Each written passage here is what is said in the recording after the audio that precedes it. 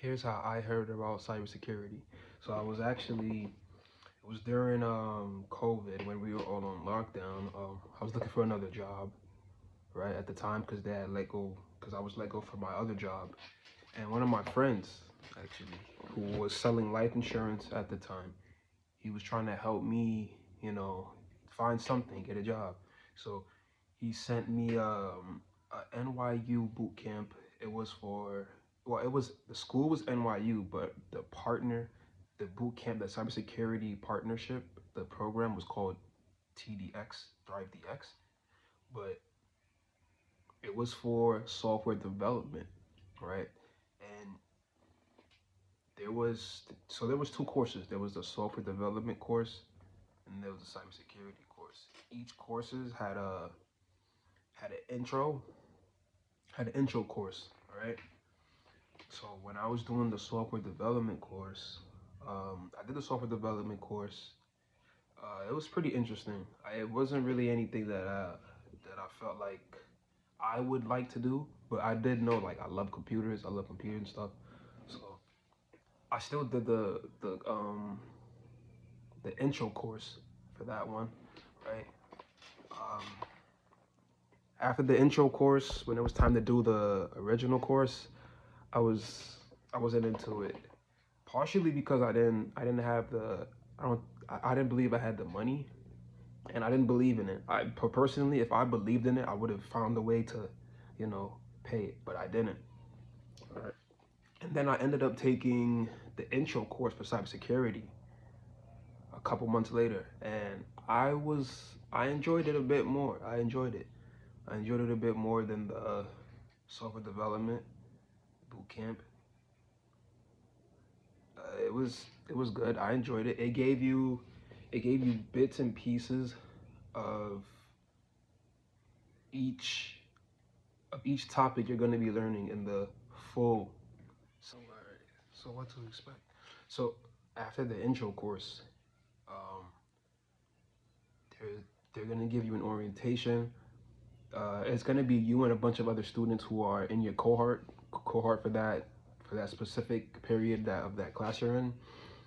They're going to talk about the boot camp, how it works, how the office hours work, how you can access your homework, how you can access your courses, how you can access the modules to complete assignments, how to contact technical support for Thrive DX for the cybersecurity bootcamp, just in case you can't access your cybersecurity labs area.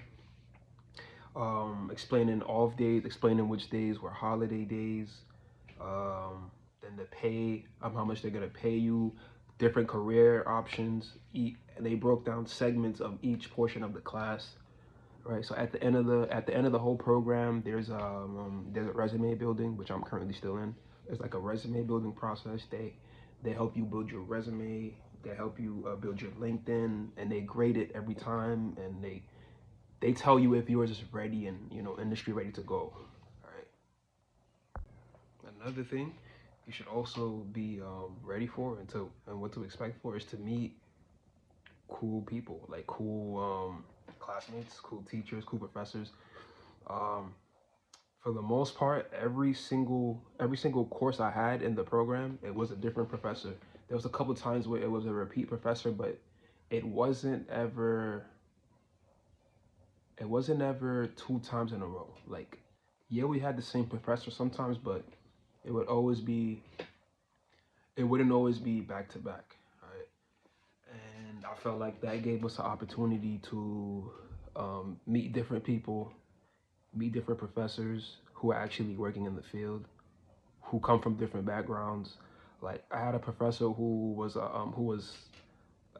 military intelligence, and like back in the day, the the cybersecurity program that I took was took up of seven. It was like seven courses, right? I have them right here. I didn't remember them. I didn't remember them. So the first class they made me take was network fundamentals. This is all in order. Network fundamentals, Microsoft Security Administration, integrating your infrastructure, um, securing your network, designing your cybersecurity infrastructure, digital forensics, and threat intelligence. My advice on if you're starting the boot camp, take advice from me, who actually took the boot camp, did the 7 8 months. I would start now before you even are gonna start the cybersecurity program. I would start learning about. I would start with network fundamentals first. You gotta understand network fundamentals first. That's gonna help you understand just the basics, like how does a router work, how does a switch work, the OSI model. Like you have to know simple stuff like that. How do how do computers work in a LAN in a network? How does switches connect to routers? How you got to know the technicals. You really have to know the technicals. I will start now. What I'm doing now, I have a lab. Like I just anything I do that's not school related. Like say if I'm at home, I have a couple of virtual machines. That's a lab to me. Try Hack Me is free.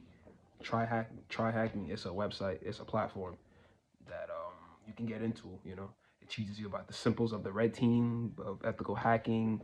There's even blue team stuff on there, but just the basics of computer networking. That's going to be your foundation, right? Another thing I would say is ask questions. Ask a lot of questions, right? They're there to help you. You're paying for this stuff, right?